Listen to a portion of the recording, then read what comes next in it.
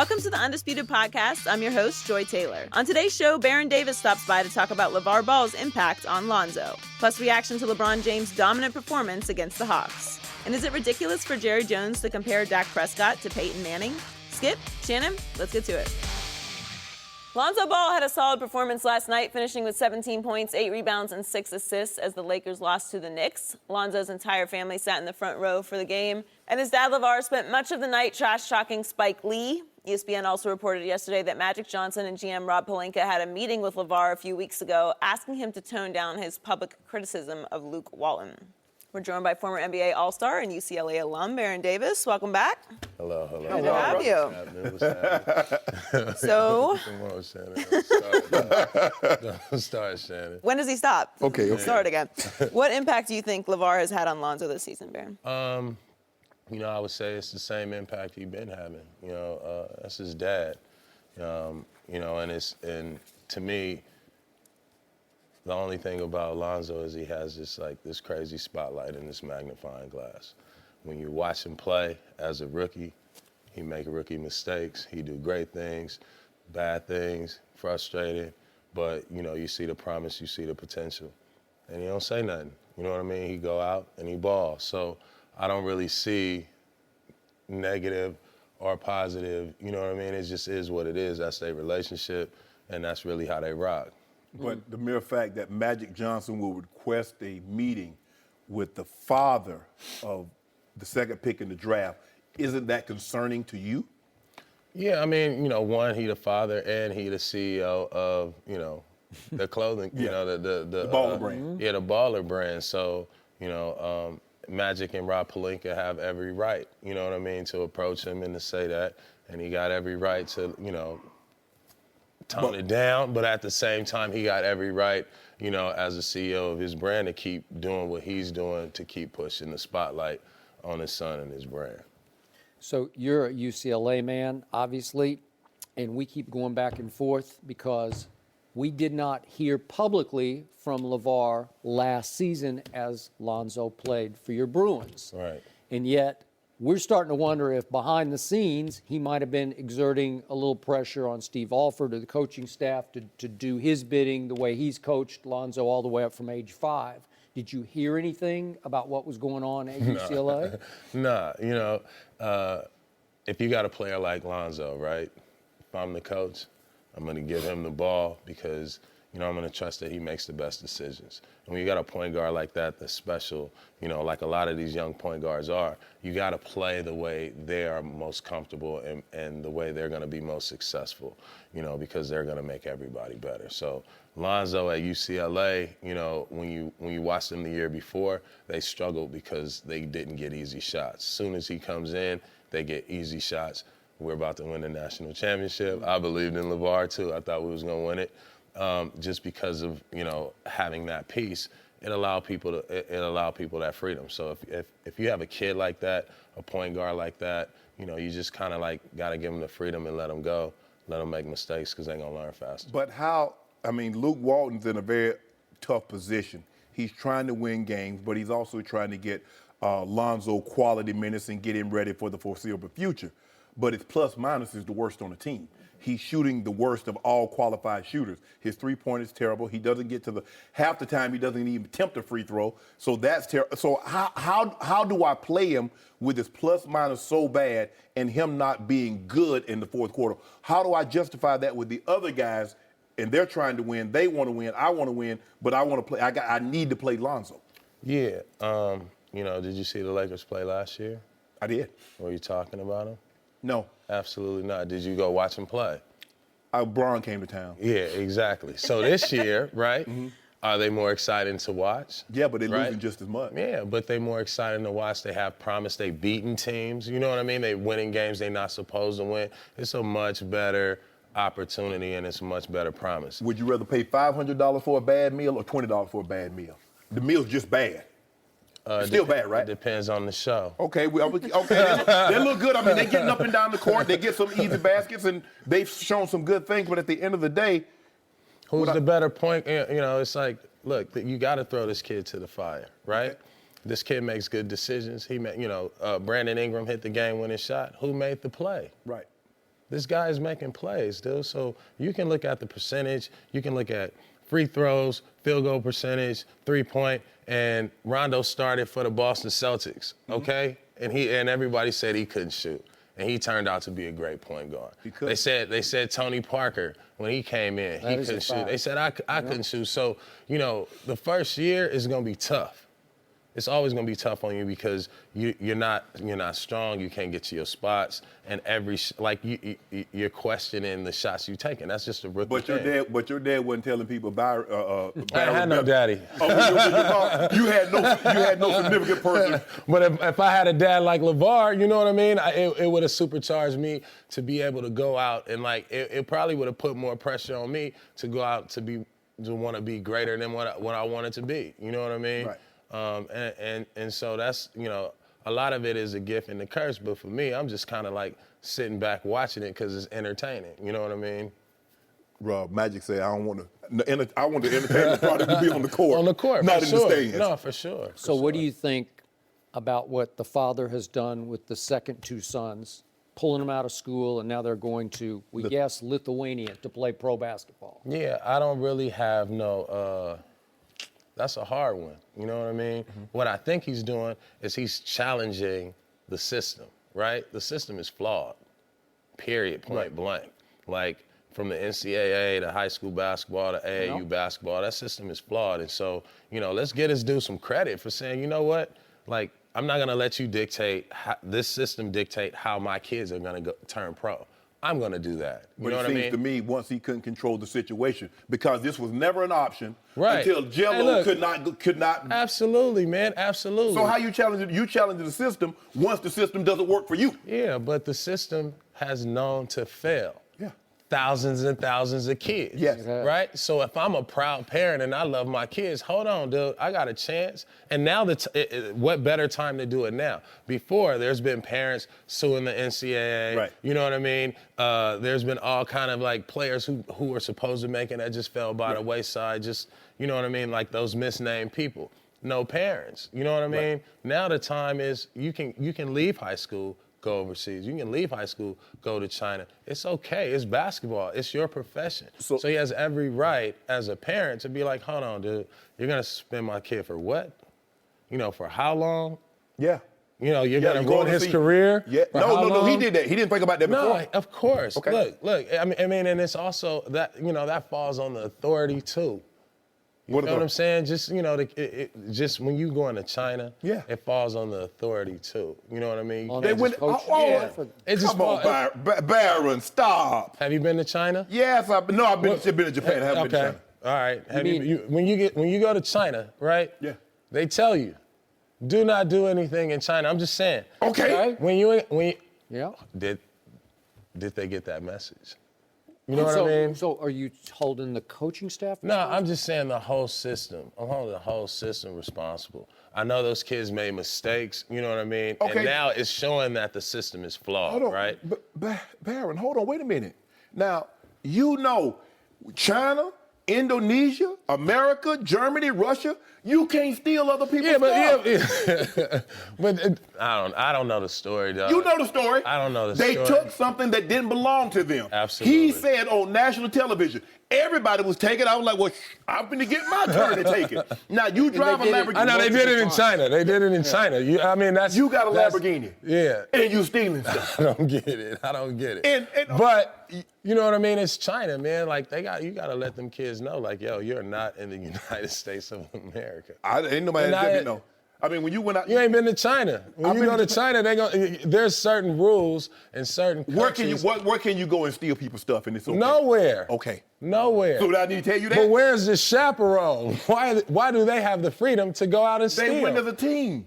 So you needed a chaperone not to go steal? Man, I need a chaperone in China, period. No, don't do that. Don't do that. Don't excuse. See, period. You do the same. See, you're doing the. I'm not doing the law. You're doing the same thing LaVar did because he pushed. I'm not excusing them stealing. I'm not excusing them being kids. Like, how many kids in college steal and be like, dog, why did you do that? They wrong. You know what I mean? Because They wrong. it's just, A lot of dumb. people- a lot of You're a dumb kid and How you many- do dumb things. How about this? How much dumb stuff did you do when you were 17, 18 years old? If I was my brother made pro that if and I had me a- and I had a time out. Ferrari, and I if would you were finish. and you were in China, Yes. imagine all the dumb stuff you did. You know what I mean? I ain't stealing. You ain't never stolen nothing. No. Well, I mean, some quarters out my grandma. Before we let you go, tell us about your Black Santa company. Oh yeah, I always come with some gifts. Yes, you do. So I just wanted to, the Black Santa Company. We dropped our mixtape. It's booming, and we just got more product for y'all. I hope you got a double X for me appreciate this that. time. Hey man, I got you this time. I mean, you had me in a bench press shirt. That sweatshirt was Well, so tight. yeah, it tight because you like anyway. tight suits. No. Dog. So it's like it's hard to Exactly, figure man. out your size. Green. Yeah. What you mean figure out my... Thank you very much. You about figure out my size. You know good well I ain't no large. Joy a large. How dare you? Okay, Actually, medium. well, I don't care if it's a large. Yeah, It'll fit. so we just dropped Hello. our mixtape. Oh, I love it. Yeah, I got the king. They know. You're supposed to put 23 on the back. So you just have to put petty underneath Nah, it. That's 15, perfect. man. Martin Luther King. Oh, okay. That's cool. Thank you very much, Skip? Baron. I don't know. Hater. Skip ain't showing, Skip. Skip's giving us private. Thank you very much. And where can people go check out Black Santa Company? BlackSanta.com. Check out the mixtape. Animation now, and so next year or the year after, we should be putting a movie together. Don't put no short where kids stealing. Well, I gotta have that because it's a last. Keep it real. Baron, thanks for joining us. No mercy. Lonzo Ball made his highly anticipated Madison Square Garden debut last night. Magic Johnson was there, and Lonzo's entire family, LaVar, his mom Tina, LiAngelo, and LaMelo, were in the front row. LaVar was just a few seats down from Spike Lee, who he trash talked with throughout the game. The Lakers lost in overtime, but Lonzo finished with 17 points, 8 rebounds, and 6 assists. ESPN also reported yesterday that Magic Johnson and GM Rob Pelinka had a meeting with LaVar a few weeks ago, asking him to tone down his public criticism of Luke Walton. We're joined by FS1. Oh, sorry. Then LaVar said everybody's going. He's still There's talking. more. It's an ego thing. Sorry, LaVar always has more to say. Like I'm trying to tell them what to do, or they'll be trying to tell me to tone it down. It's not about that. It's about coming together and to get a solution to this problem. It may sound crazy to other people, but I really just want the best for Lonzo, and the best for Lonzo is going to be what's best for the organization, because if everybody winning, we good. I'm going to say whatever I want to say, however I want to say it, and they said, LaVar, come and talk to us first, so that's fine too. Now we're joined by FS1 NBA analyst Chris Broussard. Sorry about that. Chris, what do you think will be the impact of the meeting with LaVar?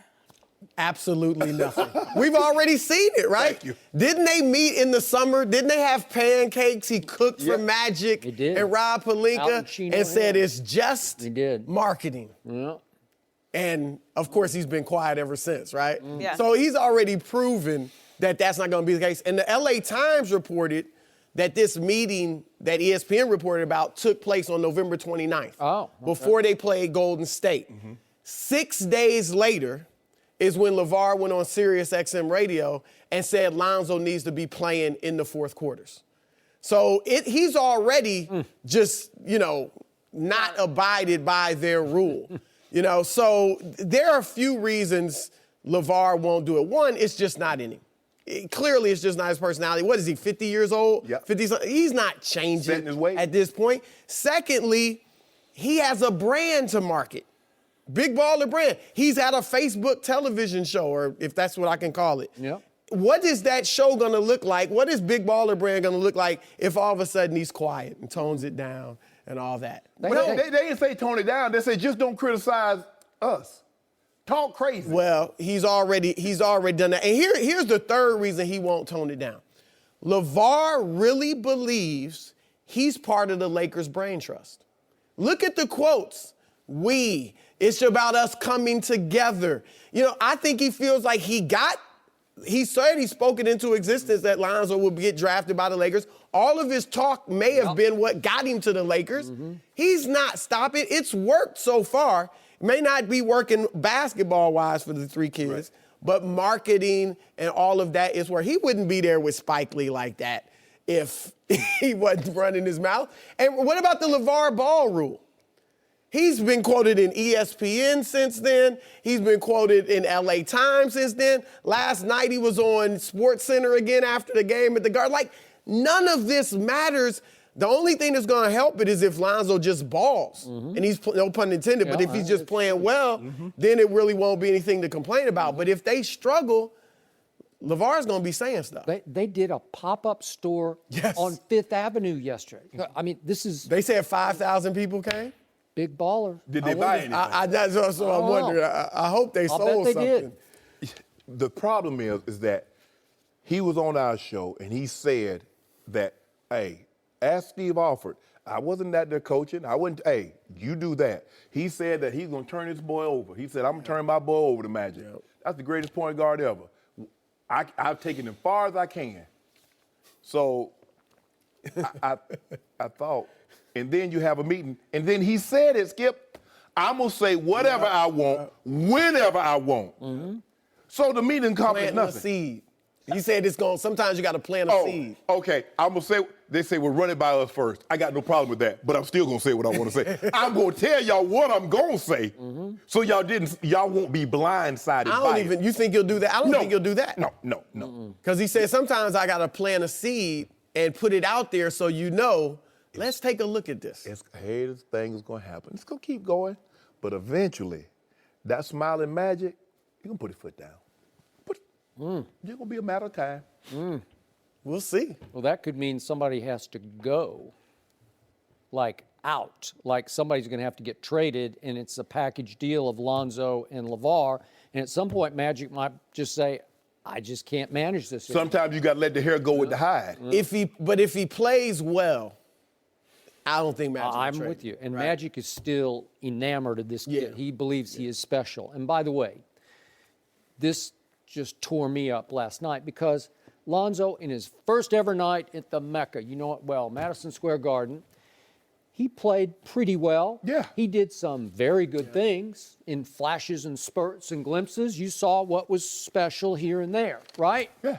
And then the father completely upstages the son. Completely.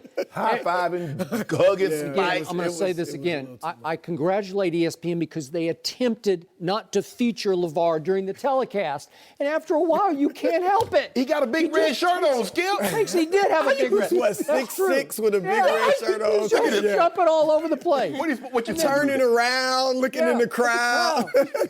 Look at me. That's my son.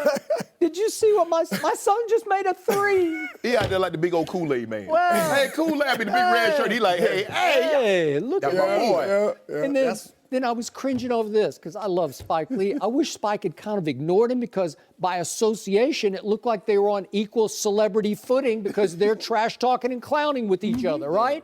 And it kind of legitimizes LaVar that the great Spike Lee is actually cutting up with it. And Spike normally gets into it with the players on the court. Reggie Miller, Jordan. Yep. Hold on. Yeah, Spike was showing him love. Yeah. He was showing him a lot of love. I would have been more convinced that the meeting might have some effect if LaVar and Magic had been sitting next to each other. I'm not saying they were avoiding it, but sitting next to each other and LaVar wasn't doing all the antics. Then it would have been like, okay, they are maybe on the same page and they're one, but. He had the meeting and the dude criticized and said, that's why your record raggedy. Because Luke Walton don't know how to coach my son. Now, he said this. Yep. And he's continuously said this, saying these things, even after meeting, even after he said on several occasions, out of my hands now. Magic, take my kid, hey, the coach and the film study, you can take it much further than I can. I'm done with it. And I've said this, and I think Skip believes it now. It's hard for me to believe. He was this outspoken in high school, this outspoken in the NBA, but he was quiet as a church mouse in college. Come on now.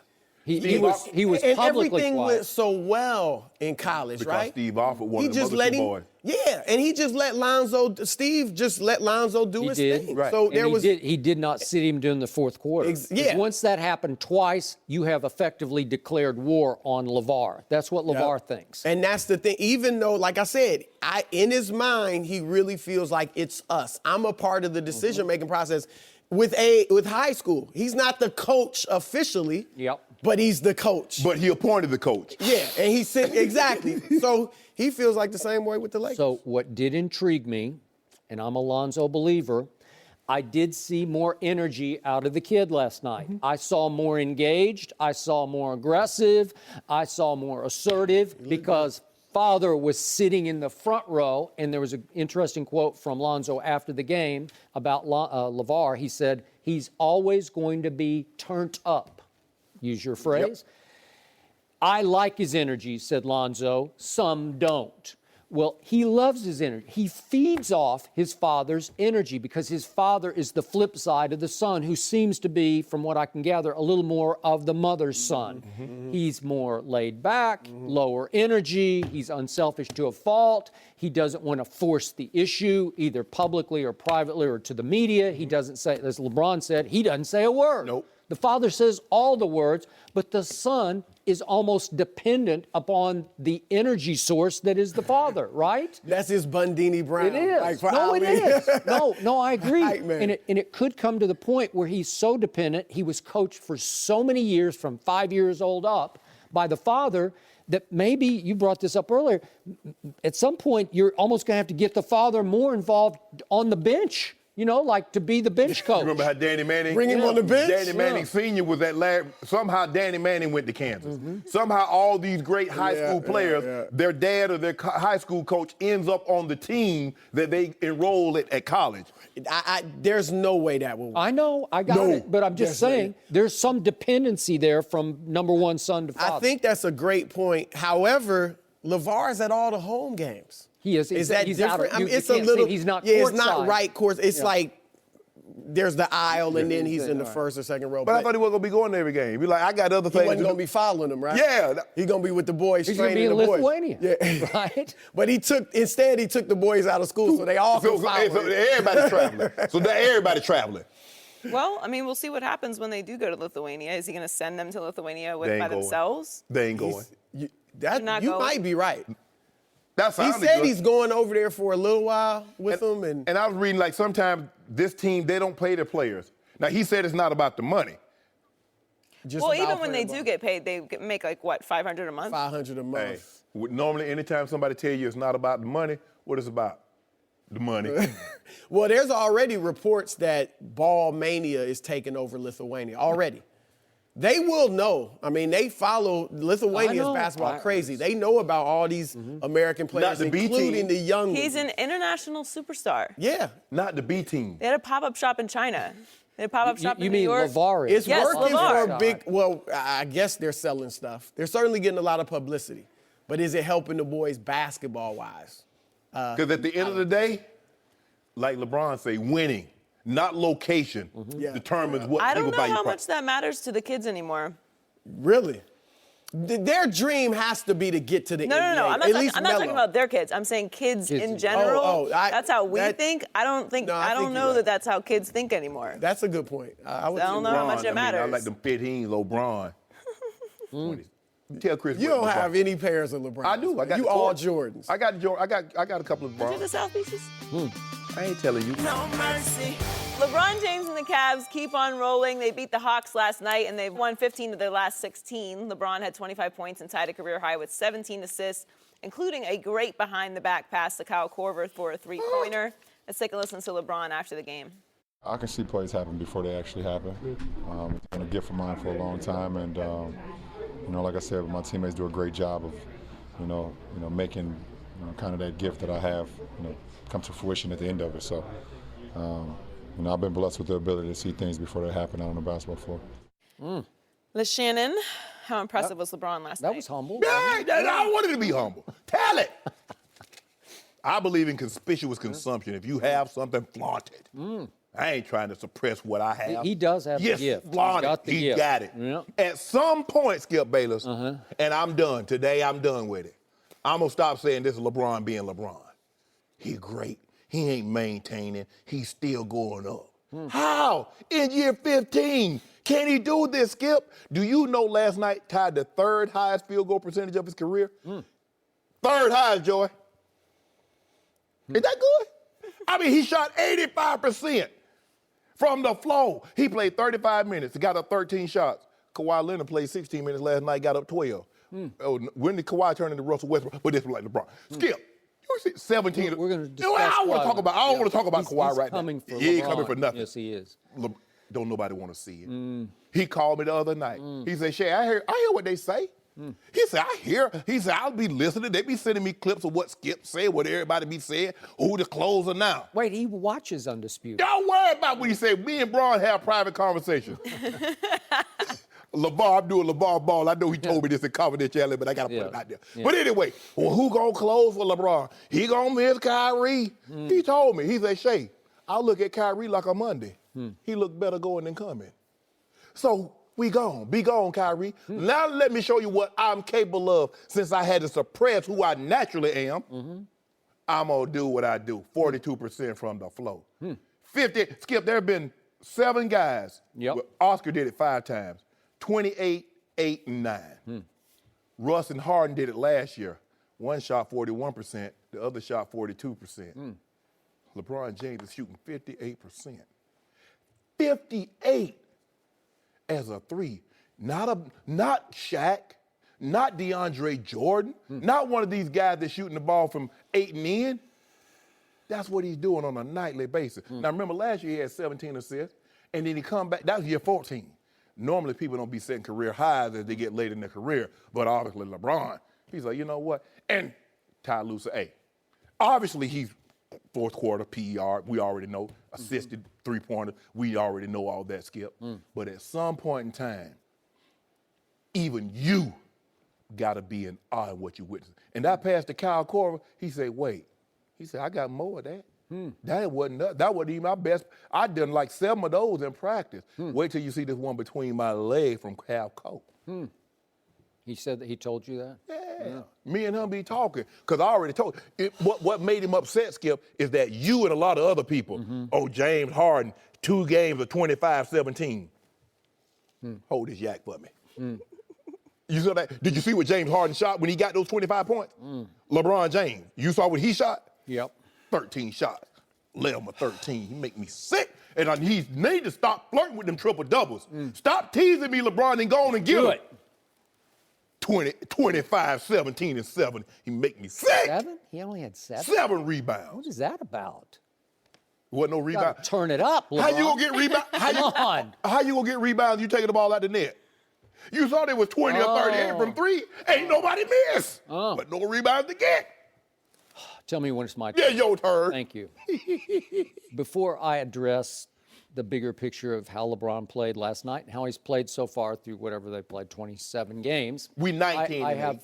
2 questions that I need to ask. Okay. How is it that the Cleveland Cavaliers get to play the Atlanta Hawks like 30 times a year? Don't do that, Skip. They play them 20 times a year just in Cleveland. And I Stop. don't get it. Does Stop, LeBron Skip. call the commissioner before the year and say, Commish, need a little help, little Eastern Conference help here? Hawks they're gonna be terrible. We need Like them the on the Mavs. schedule. They terrible like the Mavs, who beat your team with The your guy Mavericks back. are not terrible. They would not just happen to be terrible. terrible when the Cavs played them. Okay, we get it. So the Atlanta Hawks, just for perspective, for those who have probably lost touch with the Hawks, they are now 6-21, which is the worst record in the entire NBA. 6-21. And last night they featured such players as Taurean Prince. You know Taurean, right? Yeah, had a good game. And how about Tyler Kavanaugh? Do you know Tyler Kavanaugh? Yeah, he's on a 2-way contract. Yeah, he's a 6'9" center. He started at center last night for the Atlanta Hawks because he's on the 2-way from the Erie Bayhawks. So he's got to go back to the Erie Bayhawks. But yeah, he started in Cleveland at center for the Atlanta Hawks against LeBron James. Yeah. And then there's DeAndre Bembry. You know DeAndre, right? Great player, DeAndre. How many All-Star teams? I don't remember, but a couple maybe, I forget. But then Isaiah Taylor, the immortal Isaiah Taylor, they're just stocked with names. All-stars. That was the same team that you was heaping praise on when Kyrie closed the deal. They had those same players on the Hawks. They didn't play half Dominique. So, just for the record, against the pitiful, pathetic Atlanta Hawks, 6-21, LeBron James played a game-high 35 minutes. Nobody on either team played more minutes than LeBron James played against the 6-21 Atlanta Hawks. Why is that? I don't know. It's just a question I have, because He again stuffed the stat sheet, and he was really good. Those stats you just threw out, they're shockingly great. That's LeBron at his best against the worst team in the NBA. And let's go all the way to the fourth quarter. May we? Mm-hmm. So Cleveland leads after 3 quarters, 94-77. Mm-hmm. Wouldn't this be a nice night for LeBron to maybe take the final quarter off and save just a little bit of his mileage for the postseason when everybody expects LeBron to at least get to the finals? Wouldn't it be? No, he didn't. He played a game-high 9 minutes and 26 seconds of the fourth quarter. Kyle Korver played 9:26 too. Okay, but I'm saying that's tied for a game high, right? Mm-hmm. So anybody else play any more minutes than 9:26? Nope, no, neither team. Nobody played more than 9:26 of a blowout against the worst team in the league. Actually, how can you justify this? Actually, it was a 24-point lead that they cut it to 13. Oh, cut it to 13. So LeBron plays all the way to the 2:34 mark of the game. 2:34 left in the game, and at that point it's 121-105. And you're telling me you're afraid of Tyler Kavanaugh? Yeah. He's going to hit a couple of shots that are going to get you right back in the game. Tyler Kavanaugh of the Erie Bayhawks? You know, Skip, this is what I'm starting to see. When LeBron James put up numbers... Wait. It's not your turn yet. Okay. It's not your turn because in the fourth quarter, the stats got padded with 3 of 3 from the field. Way to go, LeBron. He even made a 3 he took and made a 3. That's impressive. And he got a couple of rebounds. He should have gotten 5 or 6 rebounds because he had 6 assists in the fourth quarter to get to a career high 17 assists. You don't think he was aware of his numbers through 3 quarters? I need to play against the pathetic Hawks to make sure I get my 17. Well, why not go ahead and play the final 2 minutes and 26 seconds and get 20? Because assistant coach Ty Lue finally said, LeBron, this is insane. We got it. We're good. Okay, please come sit by me for the last 2 minutes and 34 seconds. If you don't mind me asking. He led the NBA in minutes played last year. And he's leading again. Okay, yet he averaged 30 points for the entirety of the playoffs and had a triple-double in the finals. They lost the finals not because LeBron was tired, but because the Warriors were the better team. But what I'm starting to see with you... Wait a second. What do you always tell me about Father Time? He is undefeated, correct? At some point, LeBron is going to pay for all these minutes to lead the league in minutes when you get to the postseason. In year 20. At some point. In year 20. In year 20, he's in year 15 now. Exactly. That's when he'll pay for it, in year 20. And instead of averaging 28 a game, he'll just average like 23.7 in year 20. That's what he's going to do. But what I'm starting to notice about you, since it's my time on the clock, what I'm starting to notice about you is that when LeBron put up these monster stat lines, you go to the amount of minutes that he's played. Well, how can I not? You're playing the worst team in the league at home. Hold on. You didn't say anything about Russell Westbrook putting up those numbers. We don't talk about Russell Westbrook. I don't care. We shouldn't. They're 12 and 15. I don't care. Why are we talking about him yesterday in the negative. James Harden. Skip. Have we lauded Russell Westbrook? No. Why are you lauding him? I'm not. You shouldn't. I'm just saying. You shouldn't. This is about LeBron. Don't make it about someone. Don't deflect the blame. No, there's no deflection. Let it hit him right in the middle of the forehead. LeBron James trains for this very moment. He trains his body. He eats. He gets the proper rest. He gets the right people around him make sure. I admire if that I need greatly. to go 42, I can give it to you. But he doesn't need to go 42. He just goes 42 because he is stuffing the stat sheet. Oh, like Tom Brady tried to throw that pass, that touchdown? Oh, please. Oh, and they got an illegal procedure and got backed up, Joy, like that? Yeah. How many games do you play in the NFL? Oh, you only play 16. Yeah. What are you doing against the Atlanta Hawks? Please explain it to me. Justify it. Okay. One game in the NFL is like 5 games in the NBA. You play like 20 games, really. If you play 16 times 5 is what? 80, right, Joey? I'm good at math, round numbers. As long as you can stick to zeros. But you weren't good at math. I'm not, but as long as you stick to zeros, keep the zeros and 5s and stuff on the end, I can come up to even numbers. I'm good with stuff like that. How can you justify that many minutes against that bad a team? Help me out. It's clear what he's doing, and I'm okay with it. He is stuffing the stat sheet. He cannot catch that ghost in Chicago in the NBA Finals. It's over. The ghost was 6-0. He's 3-5, and it's just going to get worse. Well, Tom Brady ain't the GOAT then, because Joe Montana was 4-0. That boat is long sailed. Wait. You told me even before the Super Bowl, you said that Tom Brady is better than Joe Montana. You admitted it. I'm like LaVar. I say a lot of things in the heat of the moment. The heat of the moment. Oh, but take it back. Skip, here's the thing. At some point in time, Just marvel at the greatness. I in which am. see. But you know what? No, I'm going to give you this. In year 15, he is a little better than he's ever been. The numbers scream it. But I'm not going to give you what was last night? Tuesday night against Cleveland, even pre-Christmas. I keep telling you, the NBA season starts on Christmas Day. But here's the thing, though. But you was getting, when Kyrie was scoring 37 and 47 on a Wednesday and on a Tuesday, you had no problem. He's 25 years old and had the audacity to say, I'm going to go with this young team over here, and I want the king. Yeah, and LeBron said, I'm staying in the East. And LeBron said, I'm going to put foots in you. Okay, we'll put foots, but you're putting foots in the Hawks. Yeah, With them the too. Hawks. And the Mavericks. And we put you're foots. just piling up stats against the Atlanta Hawks. And we did the Hornets the same way, and the Mavs, because the Mavs gave it to y'all. Because think about it, Skip. This is what we're going to talk about this later. Kawhi came back, and guess what? Y'all still gonna be third. The Warriors You are so wrong about that. I'm gonna bite my tongue until we discuss this. Bite it! Yeah, because he's coming for you. He don't want to see Bron. He don't want to see Bron. Bron doesn't want to see them, him and them in the finals. See me. Yeah.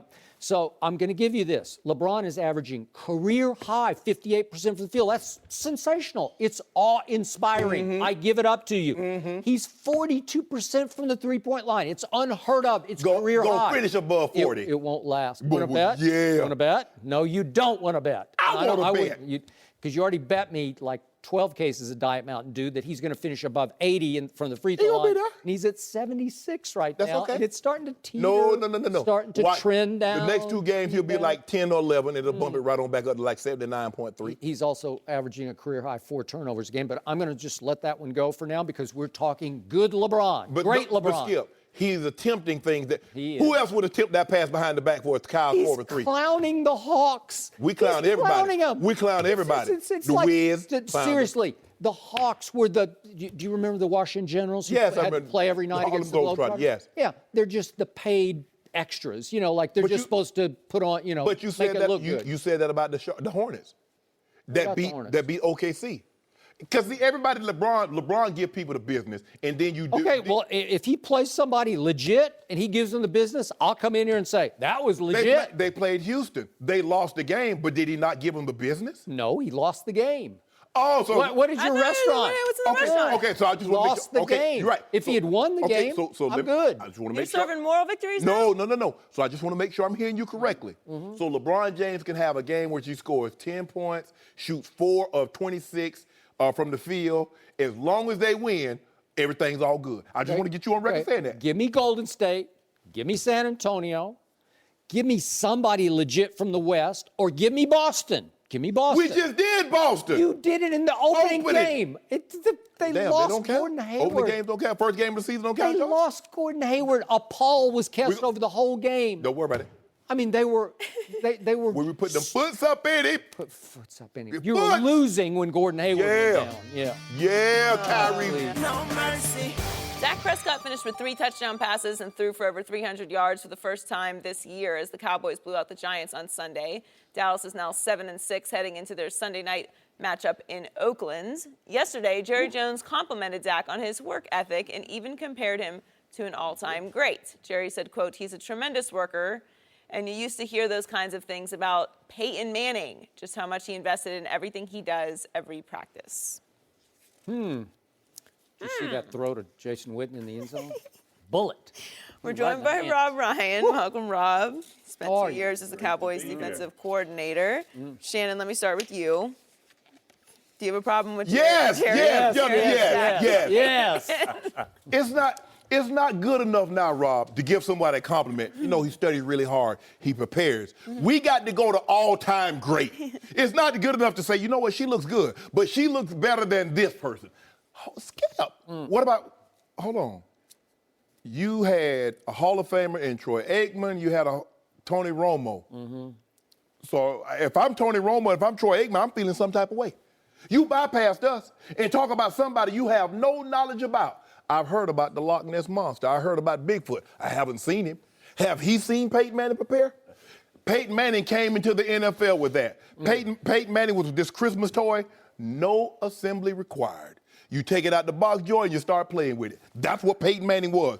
They didn't tell Peyton, oh, Peyton, now be careful with the ball. Peyton Manning, I think, led the league in interceptions his did. rookie year. Yep. They say, Peyton, figure it out. He didn't have a guy to, we're going to run the ball 50 times a game. We're going to let you throw it 10 times a game so you have a good QBR. That is what Peyton Manning did. Why do we have to go to all-time great? Oh, he has a nice arm. Oh, his arm's better than John Elway or Brett Favre. Can the guy just have a nice arm, Rob? Why can't Dak just, you know what, Dak, I've seen the maturation. My question, if I'm Dak Prescott, I'm having me a press conference. You ain't say that last year. Romo was around. You ain't say nothing like that. You ain't even give me a vote of confidence. Had old Romo lurking around in the background in the hallway looking at me side-eye trying to Tanya Harding me. But you ain't say that last year. But now all of a sudden, you ain't got nobody but me. Oh, he studied hard. He was studying harder than old Peyton Manning. You criticized old Doug Peterson when he said that about walking so through did you. I did, and I got a problem with this because you gonna talk about somebody got Peyton Manning. Yeah, but he didn't just say Peyton's work ethic, Doug Peterson. He said he sees traits like talent traits. I see it too. Peyton and Brett Favre in walk it to him win. I saw it. I saw it on display Sunday, Joy. Yeah, you did. This is what I know. Yeah. Your guy without Zeke went 3 games without throwing a touchdown. My guy on a torn ACL on 1 play throw a touchdown. That's all I saw. You saw that too, huh, Rob? I mean, he was actually throwing to another receiver, but that's okay. On a torn ACL. It's okay. My guy got a torn ACL, throws a touchdown. Your guy without Zeke, healthy, 5 picks, 0 tubs in 3 games. Take it away, Rob. I know you upset too. I tell you what. And then he got a star on his elbow. Hey, he does. Skip, did you notice that? Look at that. He got a Cowboy star. I'm done. I'm out. I'm done. I'm done with you. I'm done. He's the face of the franchise. I'll get my stuff. I can't. I can't. Joe, I can't. Here's the thing. Of all people, people that are emotionally invested and are passionate. Absolutely. Okay? Well, that's Jerry Jones. How many owners are out there like him? Not many. I get it. Well, should they not say anything? Look, he's passionate about his football team. Simple fact is, no one looked worse for 3 weeks in a row than the Cowboys. All right? They come back after that Thanksgiving debacle. That was the worst. It was the worst. Jerry goes in the locker room and picks that team up by giving them words of encouragement and things like that, and it worked. Look, they came back with Sean Lee. They've won 2 games in a row. And this is a huge game, obviously, because they can get Elliott back. He's trying to give confidence to somebody. He believes it. He's that encouraged and that passionate about something because he feels, man, this kid prepares. He does all these things, and he actually does. He's a young man that works hard like a veteran. So he's encouraged. Today's athletes, they're not as invested as when you guys used to play all the time. When the whole team, they all had to be together and they all had to watch film together on their own. Like it was crazy. You don't see that very often anymore. And I think he's so encouraged by this guy's work ethic, by the way he does go about himself, that, okay, could he have been a little carried away? Yeah, but that's Jerry, and I think that's what makes him such a great owner. I didn't see Peyton Manning in no commercials in his second year. Did you see that, Joey? I know you were small. It's a different time. Exactly, so don't say that then. So what was he supposed to say? I wanted him to say, well, he got study habits like Jamarcus Russell. Oh, okay. I was there and saw those. Yeah. I ain't gonna go. There's a lot of. You saw those. I did. We won there's 2 games, and we had number 3 defense in football. So, Coach, we when you coached the Dallas Cowboys defense, how intrusive did you find Jerry Jones in what you were doing with your unit? Did he? No. Was he always involved? There. No, he would be there to encourage players and things like that. Did he have a couple run-ins every once in a while? But look, he's the owner of the team, and he is passionate about it. So Steven's there, they're working kind of as a general manager, but no one's more invested in their team than the Jones family. So you were okay with it? I was encouraged by it. Remember, I had worked for Al Davis for 5 years. I loved Al Davis, and I know, hey, believe me, he was involved. He was involved in my job and everybody's job. What the Jones family wants is the best for their team, and it's the best as they see it. And I enjoyed it. It's a breath of fresh air when you have people like that all pulling in the same direction. So when I first read the headline on this story, I eventually found it shockingly misleading because the headline said, Jerry compares Dak to Peyton Manning, and he says Dak has been better without Zeke. What? So as I read, I say, no. He just compared Dak's work ethic to Peyton's. How would Jerry know? Because some coach or GM told him that Dak works as hard as Peyton. Somebody who's been around Peyton said that to Jerry. Trust me on that, because Jerry absorbs everything he hears at an owner's meeting or some coach told him that. But the point is, I agree with you. I cringed because I covered Troy Aikman, and you want to talk about committed? Yeah. You want to talk about nose to the grindstone?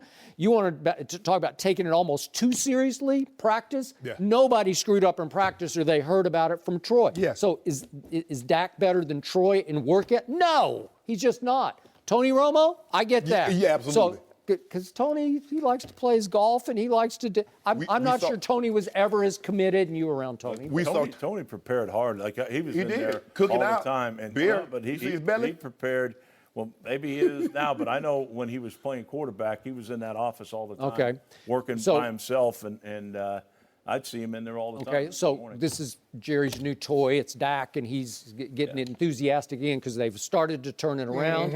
And his point about he's been better without Zeke because he had to grow up without Zeke. That's what it sped up his maturity process. I believe he will be better because of it. Yes, it forced him to go through 3 of the worst games I have ever suffered through in my Cowboy fandom life, because those were debacles, all 3. And he had to go 3 games, so imagine what Walker to him had to do all of last year when he didn't have no running game. It forced him to grow up. He had to go through a whole year of it. That's what it was terrible. It was terrible. They had to rebuild his delivery. They rebuilt them. What about them 33 tubs? This year. Yeah. But I'm saying it took a whole offseason. And he's going to finish in the number 2 in QBR. So, as our coach here has just pointed out, the Dallas Cowboys have turned it around, and I'm intrigued by what you're seeing on the defensive side in the last 2 games. Now, Sean Lee came back. Oh, stop it! Well, no, I want to hear. The crazy thing is this. Here's the thing. It's obvious now. Look, Sean makes a huge difference for that team on defense. He really does. And they play good defense when he's there. When he's not there, they're the worst defense in football. That's just – I've never seen a game like the Thanksgiving game where the Chargers absolutely abused them. That was the worst I've seen a defense play. What about that pick 6 that Dak threw? That was Sean Lee's fault? No, but what about that roll when he threw that? Was he not trying to get the team back in the Shannon, game? at that point, he was just trying to make a play. But look, that's not him. To me, Dak he's going to see the open receiver and get the ball to the open receiver. It's what he does best, and he protects the football.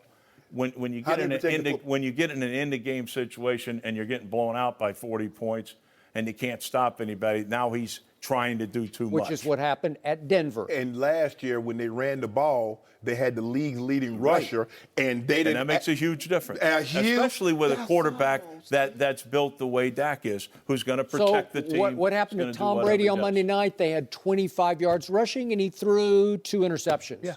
43 attempts. It happened to the greatest quarterback ever. No. Every quarterback needs a little. Are you back on? Oh, now you've switched. You jumped back on the Montana bandwagon. I like Brady. I won 2 Super Bowls with Brady. I'll stick with Brady. I'm out on that. Man, he getting tattoos.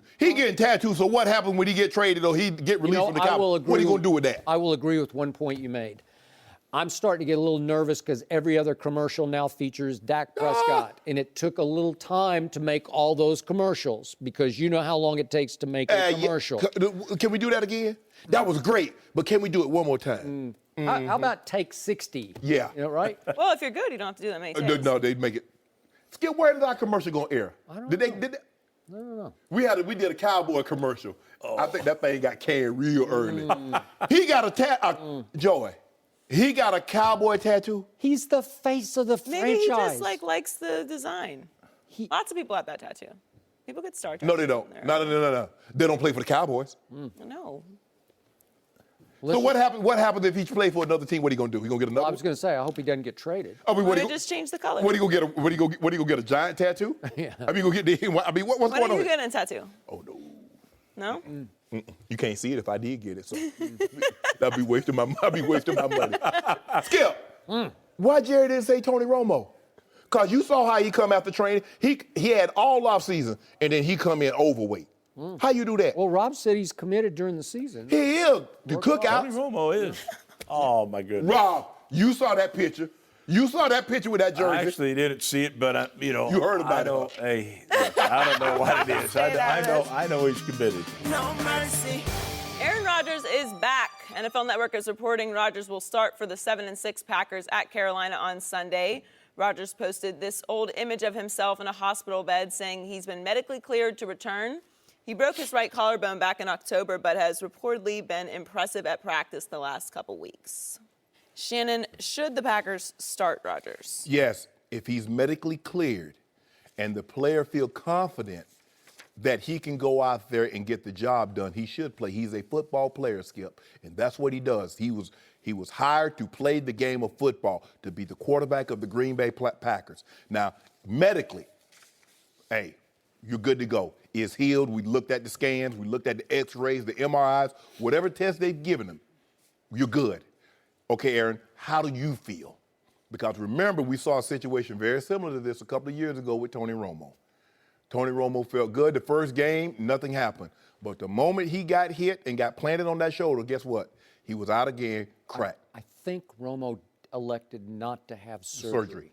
So, Okay. but whatever, it's the same Yes. idea. So we're gonna find out. But I believe he should play, Skip, if he's been cleared, if he feels confident that he can go out there and get the job done. Yep. But throwing scout team, when you have a red jersey on, as opposed to being the starting quarterback for the Green Bay Packers, you have something on the line. The Carolina Panthers have something on the line. And your jersey is just like everybody else's. Yep. They're not going to lay you down. They're not going to, okay, get close to you and pull off. They're going to try to put you down on that shoulder. So if you feel comfortable that you can go out there and get the job done, Skip, I got no problem with it. But he needs to understand what comes along with this. Well, he posted yesterday that he was cleared, so I'm going to accept his word for it. Yes. I don't know exactly what the Packers think, if they're still 50-50 on it. Right. But to me, I'm going to speak as if I'm in Aaron Rodgers' shoes right now. This is no-brainer to me. I'm just going to play. Yeah. And I'll tell you why. The NFC right now is on a silver platter for somebody to win, because in all my years of covering the NFL, I can't remember, especially the NFC, being this wide open this late, because Vegas now favors Vikings just slightly over Eagles to win the NFC, and the Vikings have Case Keenum at quarterback, and the Eagles have Nick Foles at quarterback. So I guess they like Case Keenum a little better than Nick Foles. So then I look down the list and I say, Falcons, Saints, it's okay, Rams, Seahawks. They're all flawed in Carolina. They have all had some positives and some scary negatives this year. All of them have had. Where you said, really? That's it? And so if I'm Aaron Rodgers and I say, and again, I'm going off the football power index here, it gives Green Bay a 9% chance of making the playoffs. But if I'm Aaron Rodgers and I think, what if we pull this off? So they got to go to Carolina, then they get the Vikings at home on a Saturday night, and then they have to finish at Detroit. Not that easy. Right. But what if he pulled that off and he got in the tournament? Of all the teams that you mentioned Seattle, you mentioned the Rams, you mentioned the Eagles, you mentioned Minnesota and the Panthers. What can all of them do? Hit your quarterback. I can hit your quarterback. All of them, with the exception of Green Bay, routinely hit your quarterback. Okay, but this quarterback, if he gets in the tournament and faces any of those quarterbacks, would I give him the quarterback edge over any of these teams? I would. No, seriously. Skip, if he has to go on the road against Philly, if he has to face any of those defenses. Okay, I got you. Okay, but if I'm Aaron Rodgers and I'm starting to get up there in age and I'm looking back at what I've accomplished in my career, it has now been 7 seasons since he won his one and only Super Bowl and his one and only Super Bowl appearance. 7 seasons. He is 5-6 since that Super Bowl victory in the postseason. 5-6, and he is 0-2 in NFC Championship games. Well, it's starting to feel a little bit to me like Tiger-esque, where I tweeted this the other day after the Bahamas tournament. Tiger hasn't won a major in almost 10 years, going on 10 years, and he's still times 10 the biggest name in golf. Right. Well, that's just mind-blowing to me. Correct. Well, it's sort of, this is starting to happen to Aaron Rodgers. He's still regarded as the, quote, I don't regard him, but a lot of people do, including you and many others on the show, best quarterback in football. Well, he doesn't have much to show for it in the last 7 going on 8 Well, seasons. this would be if he were to pull this off, if he were to come back and he would go 3-0 and then make the playoffs, this will be his second greatest accomplishment. Going 4-0 in the playoffs would be obviously number 1, but this would be his second greatest accomplishment because you're beating the teams. You look at those teams' record. Carolina, what are they? 8-4. Well, 9-4 now. Wouldn't this be his biggest accomplishment? Well, I mean, coming off. No, not. Well, what if they go win the Super Bowl? Well, yeah. Well, obviously that would do it. Because think about it, Skip. He had to go on the road. He went on the road every game to do what he ended up doing what he did. But Skip, I agree with you. He should play. He's been cleared. The doctor says, "Hey, you get a clean bill of health from us." Aaron says, "Hey," he's tweeting it like he feels good, like he feels confident that where he is right now medically. So with that being said, hey. Brett Hundley did exactly what you'd ask a backup quarterback to do. Sure. He kept them in striking distance. He did. Now you bring the big gun in. Okay, bring us home. That's all you can hope, Skip. You ran the relay. Joe, you ran the relay. I ran the relay. All I wanted to do was keep it close. Keep it close to the big ankle leg. Let old Big Shay come home. Oh, you were anchor? You did not run anchor. Wait a second. You're a 4.8 40 guy. You did not run anchor. I'm waving him home. Come on. Just keep it close. Wait. He's waving from the sideline. No. I ran Go. Not on the mile relay. Mile relay. The mile relay? Yeah. You ran the mile relay? 4x4. Yeah. I ran second leg in the 4x1. That's not anchor. On the mile relay, I was the anchor leg. Anchor. Yeah, but your school had like 50 kids in it, right? But we blowing the doors on some of the kids that had 1,500 kids up in it. All right. You know what I'm saying, Joy? I hated the 400. Okay, back to reality. That was reality. Reality. So there are 2 teams that have minuscule chances of even making the playoffs that I would love to see in the playoffs. And that would be Aaron Rodgers' team, and that would be the Dallas Cowboys. The Dallas Cowboys. It's not going to happen. According to Football Power Index, they have a 4% chance. 4%. 4. Aaron's got a 9%. Get either of those teams in, get Dallas in with Zeke and with Sean Lee. One of them, Green Bay. Okay. Well, fine. But either one of them, I would like their chances. In fact, I would love their chances. I mean, that's anything's possible because they gave Doug Jones going into the last night, they gave him like 3% chance and he won. So anything's possible, Skip. But it's not going to happen. So I don't want you to get your hopes up. I don't have any hopes. Yeah, I'm just telling you, hypothetically, if either Aaron Rodgers or Dak and company got into the playoffs, that would be dangerous to anybody who faced them. Santa will not be bringing you any playoff success. I don't know. And that's what you're hoping to open in a couple of weeks. It's not going to happen. Well, I don't know. I know. There's a committee. You know, they got a new deal in pro football. It's like college. The committee has to vote And the committee's going to do the eye test on Dallas after they win out, and they're going to say, they're in. And that's what I love about the NFL, because you know what you got to do, Skip? You got to play your way in. In a lot of these other sports, you play your way out.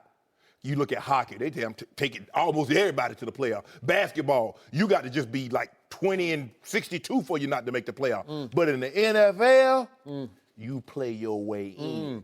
Currently, what does your eye test tell you right now? My eye test tell me Walk It To Him is the MVP, and Philly ain't to be monked with. Well, Walk It To Him can barely walk now. That's all right. Yeah. Fold them Bowls. Bowls got some. You know what, Skip? I'm hoping with a chance to make the playoffs that y'all go into that last game against the Eagles. And the Eagles need that last game to secure home field. And I want Jim Schwartz to turn them loose. I want him to turn them loose. Go look at Foles' gold in his first year starting in Philly against Dallas at Philly. That was long time ago. Okay. Long time ago. You remember that? Remember the Titans? When he called them over there, he said, I don't want him to get another yard. Jim Schwartz he gonna call a timeout. I would love this. Fletcher Cox. We got to get to Barnett, Chris Long, Jernigan, and Brandon Graham. We're taking them one at a time. We got Oakland next. Come on, Oakland. Come on, Beast Mode. Oakland, yep. Khalil, you cried the first time you watched Remember the Titans. And then they played that. You know, actually, I was in Baltimore, and they played that in the montage. They had it up there with all our quotes. Tennessee, the crowd was going frenzy. Don't worry about it. Whatever they say, we said it. What y'all gonna do about it? Did you make one catch? Hey, big play, Shay. No mercy. Thanks for listening to the Undisputed Podcast. I'm Joy Taylor. Join us again same time tomorrow morning, 9:30 Eastern. We'll see you then. Fox Sports 1 of 1.